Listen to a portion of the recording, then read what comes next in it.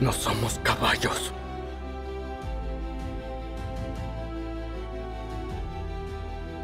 Somos humanos.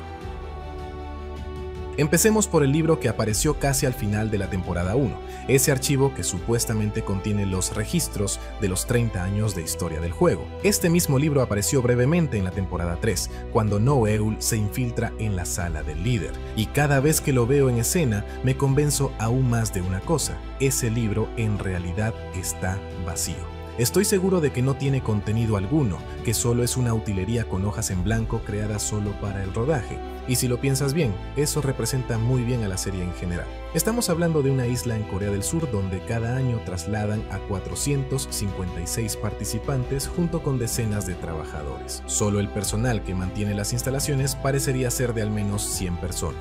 ¿Tiene sentido que una operación de esta magnitud haya pasado desapercibida durante más de 30 años sin que ningún individuo ni institución del gobierno lo haya notado? ¿Que nadie haya visto nada? ¿De verdad? Es completamente inverosímil. Te dicen que participes en un juego y si pierdes te disparan. Sí, así de simple. Y si uno se detiene a pensar, el planteamiento es absurdo y muy poco realista. Pero aquí es donde la serie es aún más curiosa. Aunque su mundo es completamente fantasioso y poco creíble, en ciertos momentos muestra una lógica realista extremadamente detallada. Un buen ejemplo es en esta temporada 3, es cuando Woo-seok entra por un momento a una casa abandonada en el campo, la del capitán. En esa escena, un vecino lo reporta de inmediato y la policía llega enseguida, como si Corea fuera un país donde nadie se escapa del sistema. Pero si aplicamos ese mismo criterio, ¿cómo es posible que una organización criminal haya operado durante 30 años raptando personas cada año sin ser descubierta? Y eso no es todo. Si haces un simple cálculo, 456 personas desapareciendo cada año durante 30 años suma 13.680 personas. Y cada una de esas personas seguramente tenía familia, amigos, compañeros de trabajo. Incluso si solo unos pocos notaran algo extraño, estaríamos hablando de miles o decenas de miles de personas que podrían haber sospechado algo. Entonces, ¿cómo es posible que ninguna institución del gobierno haya investigado nada ni notado lo que ocurría? Además, según la propia historia de la serie, los hombres de las tarjetas iban repartiendo una por una las invitaciones a plena luz del día en ciudades llenas de gente. Y nadie lo notó, nadie lo grabó, lo comentó o lo denunció, ni una sola vez en 30 años. Eso simplemente no tiene sentido. Literalmente, El Juego del Calamar es una serie que usa situaciones exageradas e irreales dentro del juego para hacer una crítica y reflexión sobre nuestra realidad fuera del juego.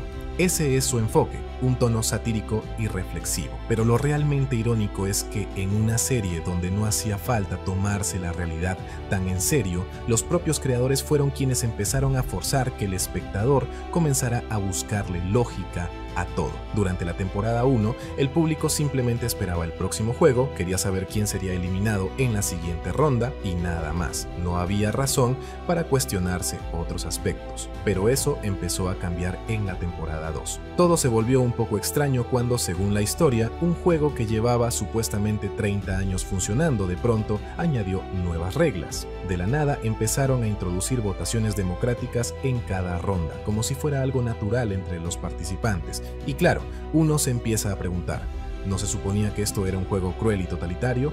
¿Ahora resulta que hacen votaciones para decidir quién muere? Si siguen así, todos van a morir por democracia. Ji-hoon entró al juego con una gran motivación: salvar a la gente.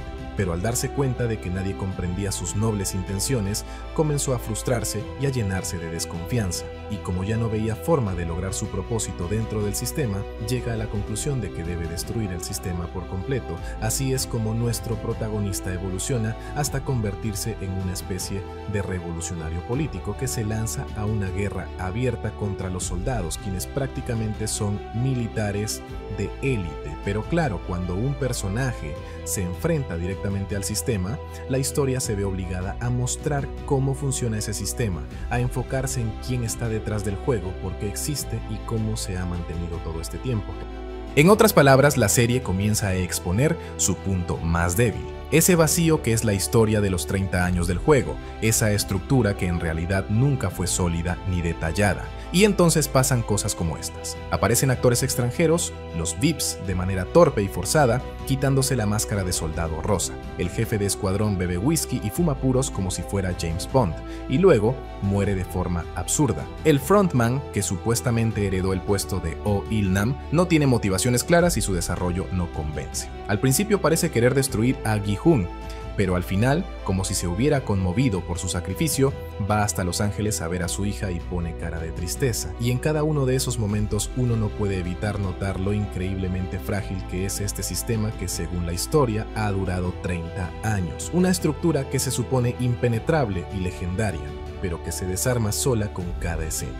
Sin embargo, desde la temporada 2, la serie insiste en mostrarnos que este sistema es súper firme y elaborado, casi como si corrigiera los defectos del mundo real y ofreciera una alternativa funcional a la sociedad. Pero luego te das cuenta de que, en realidad, todo está manejado de forma improvisada por un grupo muy reducido, y esa contradicción se vuelve cada vez más evidente en esta temporada, al punto de que todo el castillo de cartas empieza a desmoronarse. Desde la temporada 2, la serie entró en una especie de modo de confrontación ideológica entre Ki-hun y el frontman. Por un lado, Ki-hun cree que este juego está mal y debe destruirse, por el otro, el frontman argumenta que es la última oportunidad para los fracasados del sistema. Ese fue el eje del conflicto. Pero cuando empezamos a ver cómo funciona realmente el sistema del juego, resulta que no había nada estructurado, solo un vacío enorme, y entonces los errores y vacíos que en la temporada 1 no necesitaban atención, ahora saltan a la vista por todas partes.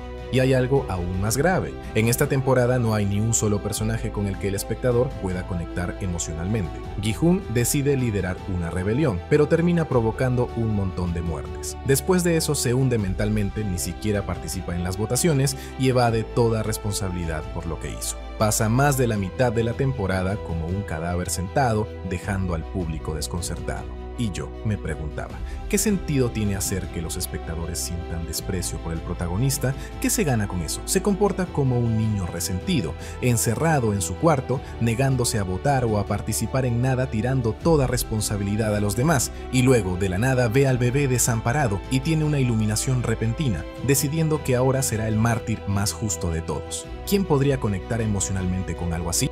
Claro, puede que la intención del director no haya sido tan extrema, pero, siendo honestos, las acciones de Gi-hun, tal como fueron representadas, solo pueden interpretarse de esa manera, y con los demás personajes tampoco queda claro qué quiso decir el guión. Casi todos los personajes de esta temporada generan frustración, y en medio de todo eso, la única que realmente mostró coraje, justicia y habilidad real para ayudar a otros fue el personaje número 120, quien tuvo un desempeño espectacular. Y sin embargo, ella no es la protagonista, y lo peor es que personajes valientes y admirables como Hyun-ju son eliminados de forma repentina solo para avanzar la historia. Mientras tanto, otros personajes menos interesantes siguen vivos, y la forma en la que la trama los trata solo genera frustración. Una buena historia debería lograr que incluso los personajes malvados tengan motivaciones comprensibles, que el espectador pueda decir, ahora entiendo por qué es así.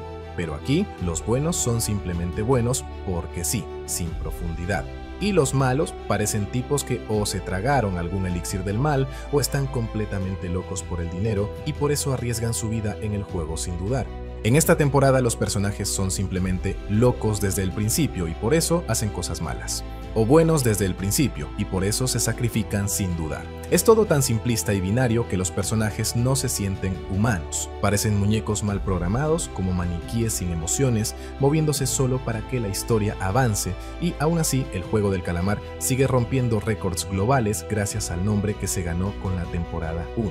Una franquicia que, aunque reciba críticas, sigue generando muchísimo dinero. Y eso, nos guste o no, es lo que más importa en este mundo. Ahora nos anuncian que, además de no haber explicado los 30 años de historia en Corea, también existía una versión estadounidense del juego. Y la gran pregunta es, ¿acaso explicarán por fin qué hay en esos famosos libros de archivo vacíos? Lo más probable es que hagan lo mismo que en las temporadas anteriores. Pasen por alto todo eso con generalidades vagas y apuesten nuevamente por el espectáculo de la violencia del juego.